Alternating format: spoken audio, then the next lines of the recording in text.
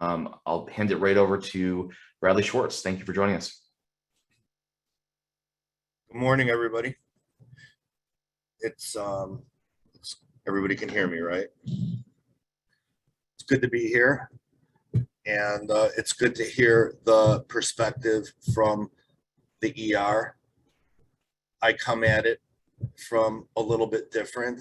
I come at it from a patient who went to the emergency room expecting to receive proper care. And I'd like to start out by just saying that I grew up in a household that was not opposed to medicine, for example.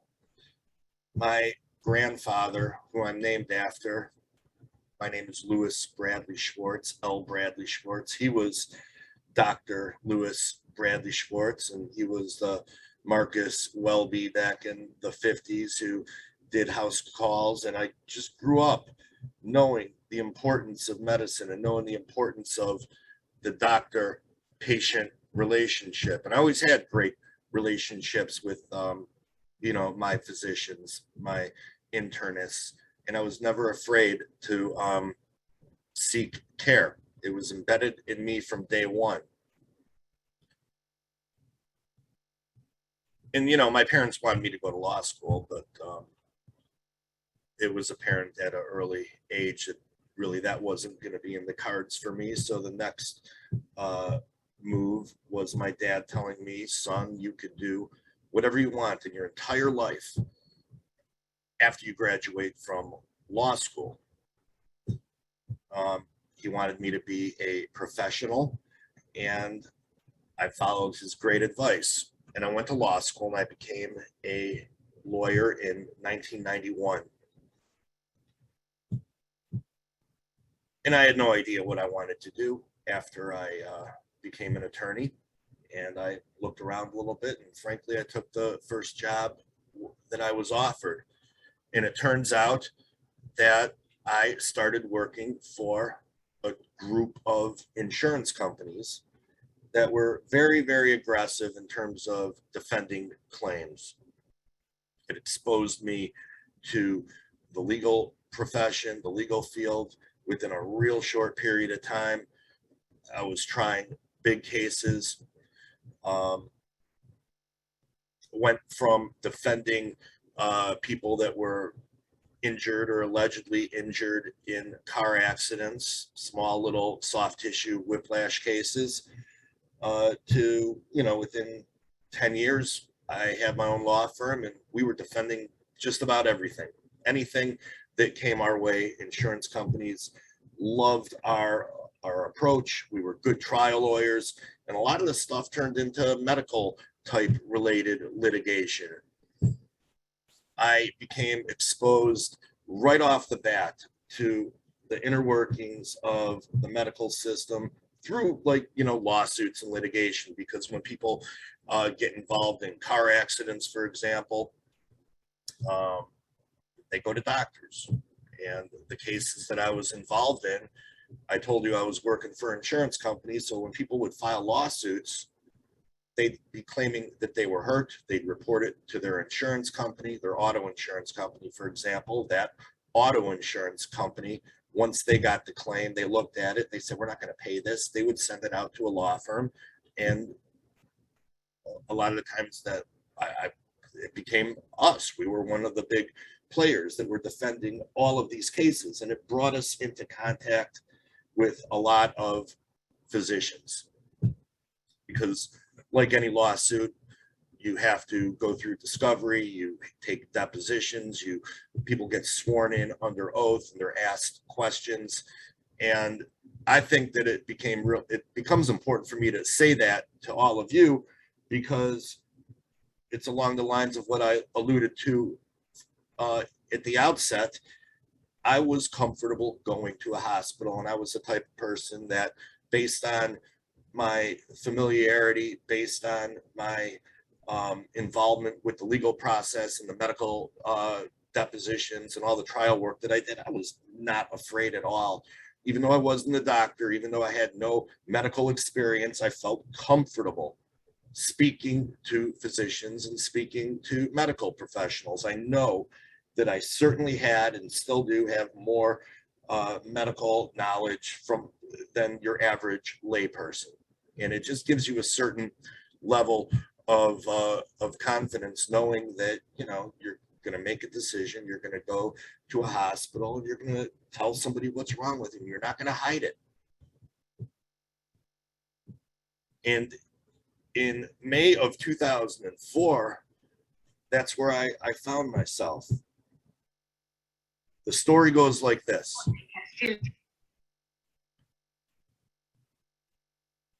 It was a beautiful, beautiful Saturday afternoon, and it fell on a Mother's Day weekend. I wasn't feeling good at all, and it was unlike me to be, you know, moping around, feeling lethargic, not being able to move, and having an increasing headache. And it was extremely out of the ordinary for me to be acting like that, not only on Mother's Day weekend, but also this event where I was not feeling well coincided with my wife's 40th birthday. So I'm a 37-year-old guy, not feeling good on Mother's Day, not feeling good on the wife's birthday. And that wasn't going over very well for good reason. But I just wasn't feeling well. And my wife, you know, eventually said to me, well, if you're not feeling good, maybe we should go to the hospital. And I thought that was a good idea. Her mom was a nurse. She called her mom. They did, you know, maybe check my pulse or whatever. But my symptoms at that point in time were just no energy, couldn't move, and this headache that just wouldn't go away. So called 911 and took an ambulance to the emergency room, which was a good mile away from where I was living. And I already said it was a holiday. It was Mother's Day weekend. It appeared that a lot of the staff at the ER that day, and it wasn't very busy, but it just, you know, it appeared like maybe a lot of people had taken the day off to go spend that quality time with the family on this beautiful May afternoon. I get triaged, I get examined. First thing that's always done is blood is drawn. I've since learned that when blood is drawn in the ER, you don't even have to note it as a stat order. It's stat by default if it's coming from the ER, and generally that means that if blood is drawn, it's going to come back within 45 minutes to an hour. And if the results don't come back, it's probably some sort of an issue that should be addressed. And in my case, the blood was drawn and the labs did come back. But the problem is I had some substitutes that were in the ER that day. I had an ICU resident who was communicating with the ER, who was designated, I found this out later, but he wasn't an employee, he was a moonlighter.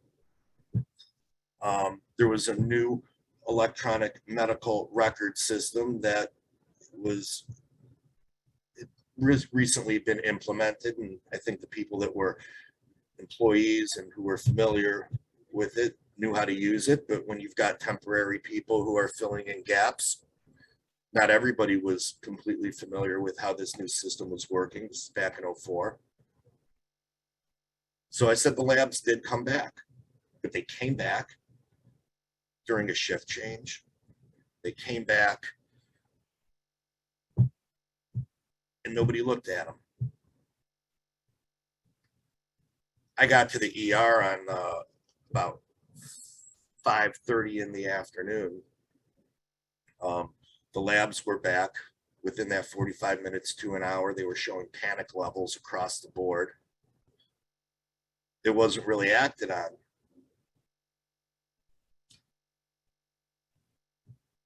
I sat in that emergency room, not only by myself, but within a half an hour of me arriving, I had friends and family that were there with me. I had probably 5 or 6 people in the room, all doing their part to try and get somebody to pay attention to me.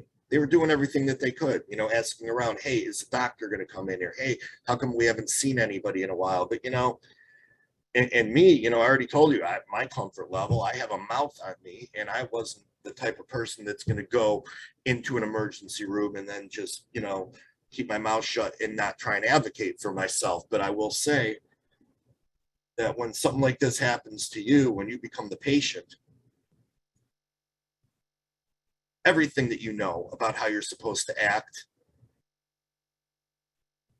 just goes completely out the window. You freeze, you become a victim. I've since come to the conclusion that everybody that graduates from medical school should be almost required to do an extra month-long worth of training as an inpatient in a hospital in a gown, being at the beck and call and at the whim of people who are there supposedly to attend to your needs, because I think that perspective is important. The bottom line is that nobody knew it at the time, but I entered into this hospital pre-septic. I had bacterial meningitis that had broken through the blood barrier. If they would have acted in time, they would have taken the culture. They would have figured out what was wrong with me. They would have started me on a broad spectrum antibiotic, waiting to find out what the underlying infection was, but none of that happened. And by the time anybody figured anything out, it was midnight. And it was another shift change.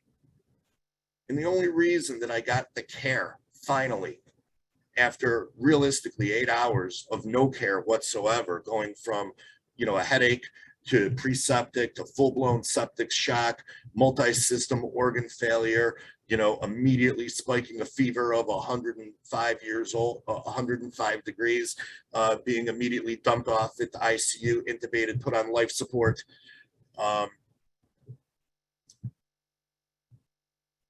None of that needed to happen. None of it needed to happen because, I know every hospital and every emergency room pretty much universally has the same equipment. They all have X-ray machines, MRI machines, a lab, syringes to draw blood, antibiotics that they can access and administer. But this is a people problem, and it was a systemic problem. It was a lack of communication. It was the Swiss cheese syndrome,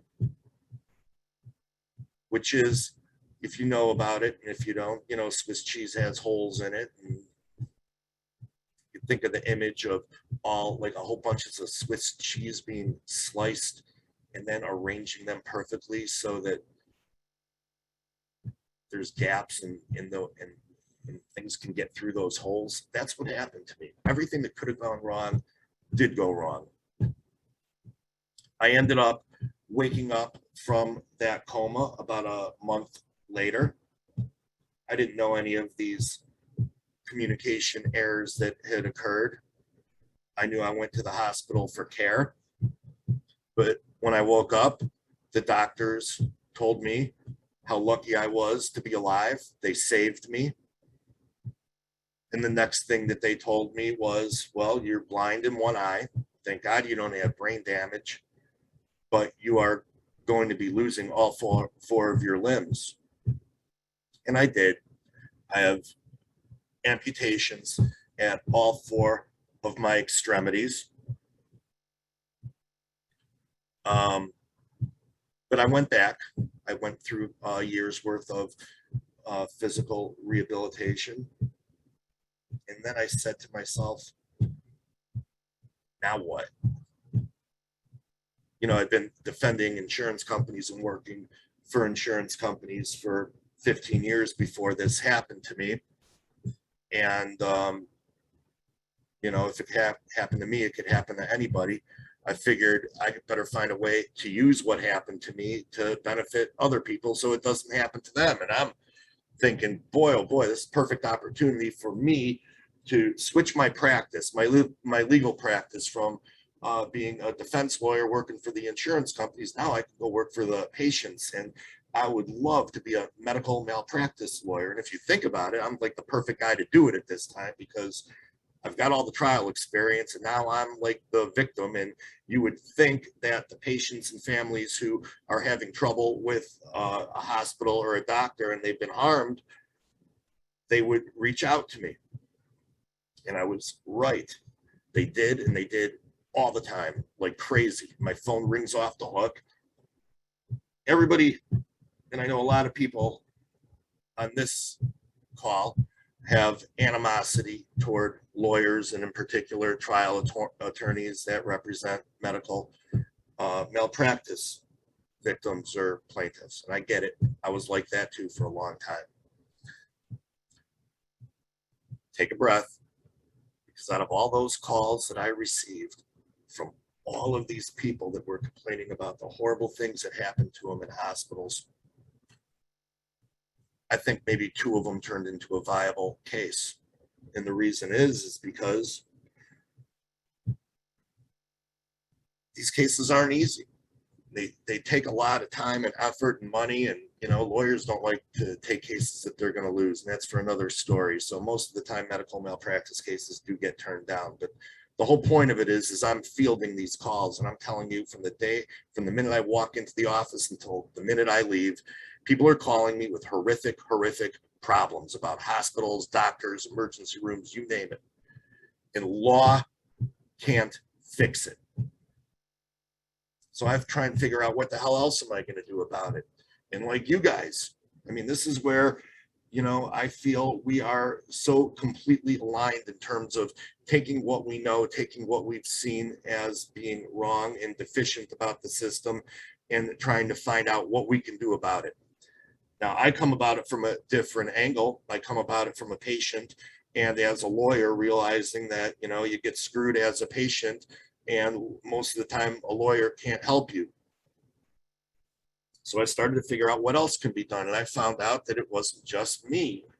You know, there were a community of nurses, social workers, discharge planners, case managers, back about 12 years ago or so, when I started investigating this, and they've gotten frustrated working within healthcare themselves, and they have gone off and decided that they're going to take the skills and the knowledge that they've learned working in the clinical environment, and yes, even the administrative environment, and use that for the benefit of patients. And they've gone independent, and they call themselves independent patient advocates. And that became something that I got very interested in and very intrigued with, because this was a group of people very similar to what I heard earlier, people who entered healthcare for all the right reasons. And once they were in it, they realized that there were systemic barriers in place that prevented them from doing what they wanted to do, why they entered the field in the first place, which was to treat patients and do good. So they left, and they've gone independent. Problem was, nobody knew who the hell they were, what they were capable of doing. That became my life mission. If you could look at the sign behind me that says medical error is the 3rd leading cause of death in the United States, and patient advocates can help save lives, I agree with that. I go back to my experience in the emergency room, and I know damn well that if I would have had somebody qualified, competent, who knew the lingo, maybe knew how ERs work and how they function, and know when shift changes occur, and know who's been there and who hasn't for a long time, who's not familiar. I mean, think about it. I always view like an ER or a law firm, or even like an auto body mechanic shop or a football team, whatever you want to call it, you got to jive with your team. And if you don't know who your team is, things are going to fall through the cracks.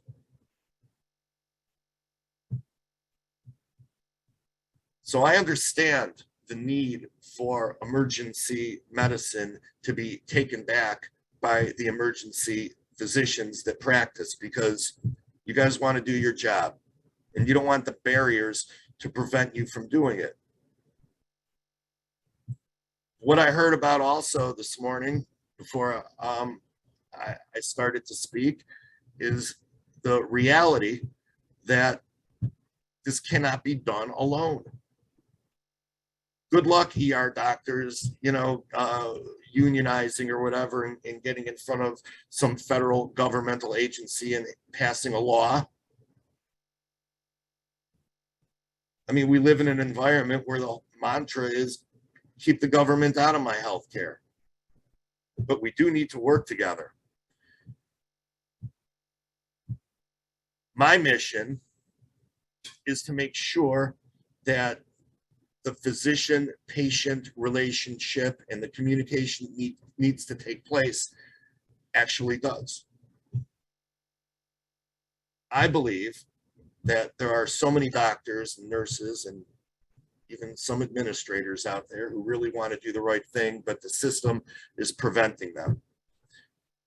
And while I believe that all of this organization is necessary, all of the studies, all of the numbers, we all know about them, all of the top-down talk about patient safety and patient-centered this and patient outcomes, it's all fine and good.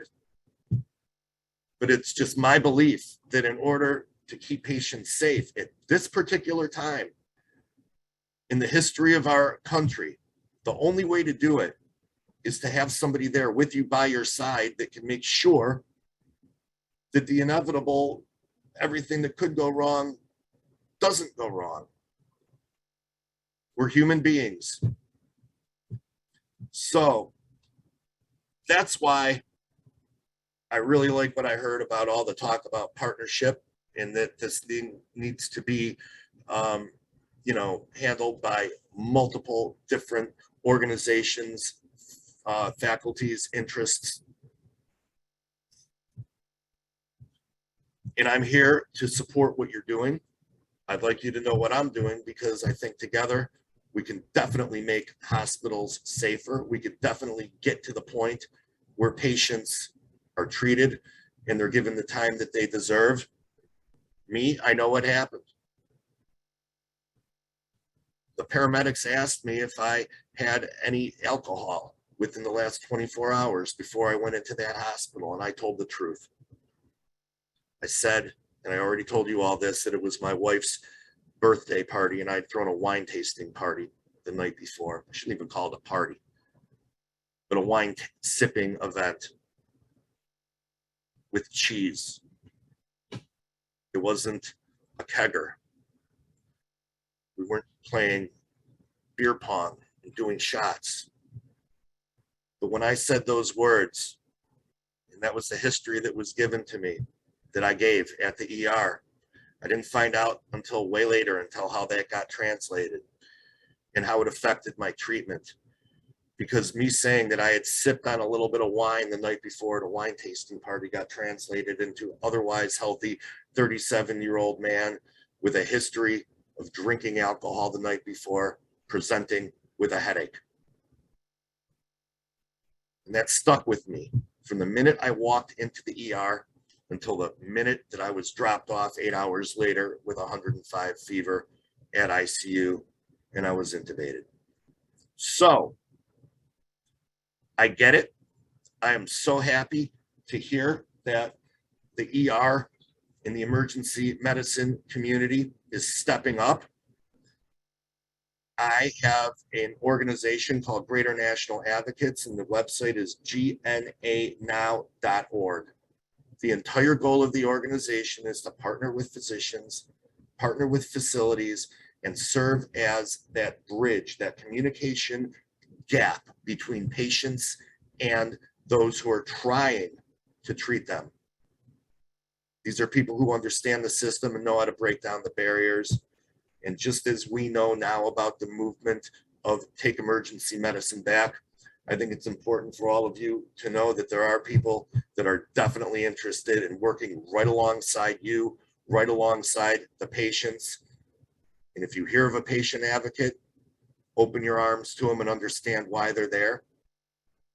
And I'm not talking about the patient advocates that work for the hospitals, the ones that report to risk management. I'm talking about the independent patient advocates that used to work there, who've decided to do something about it, just like you guys are all trying to do something about your present situation.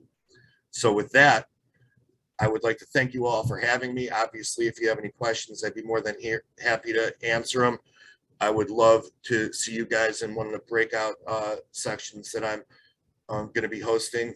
More details about that, but thank you to Mitchell and everybody else that put this on. And I will just close very, very quickly by asking the question that if any of you thinks that what happened to me with this meningitis misdiagnosis, if it sounds familiar to you as it relates to the subject matter of this particular summit, you're right. Because what happened to me is pretty much the prologue to the rape of emergency medicine. It's the first story in there. It's about a death resulting from a completely misdiagnosis of bacterial meningitis. So I guess I'm here to bring it all home and bring it all full center and bring it back. So thank you all for having me. I really appreciate this. Brad, thanks so much for sharing your story. And yeah, those who are familiar with the rape of emergency medicine, Dr. McNamara might go into that a little bit more, but there were, unfortunately, the corporate practice of medicine in the early contract management groups really devalued quality patient care and would put a physician into a position where there honestly the quality was much like very far down the line. It was really about put a staff for a low cost in the emergency department.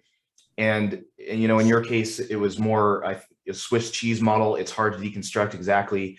Was the ER doctor overburdened that night? But we know that you got a hospitalist, or you got a hospitalist, not a intensivist, until the morning, and that's when antibiotics were finally given quite a bit later. And something that's remarkable in my view is you are bringing together independent patient advocates, because the same way that physicians are hamstrung and held back in doing what they want to do, the patient advocates at the hospitals, who might even be named patient advocates, social workers and case managers, might still have to toe the party line. So I think there's something analogous here, that maybe we're actually all patient advocates, the vast majority of us, but we are all similarly silenced by corporate entities. So with that, thank you very much, Brad.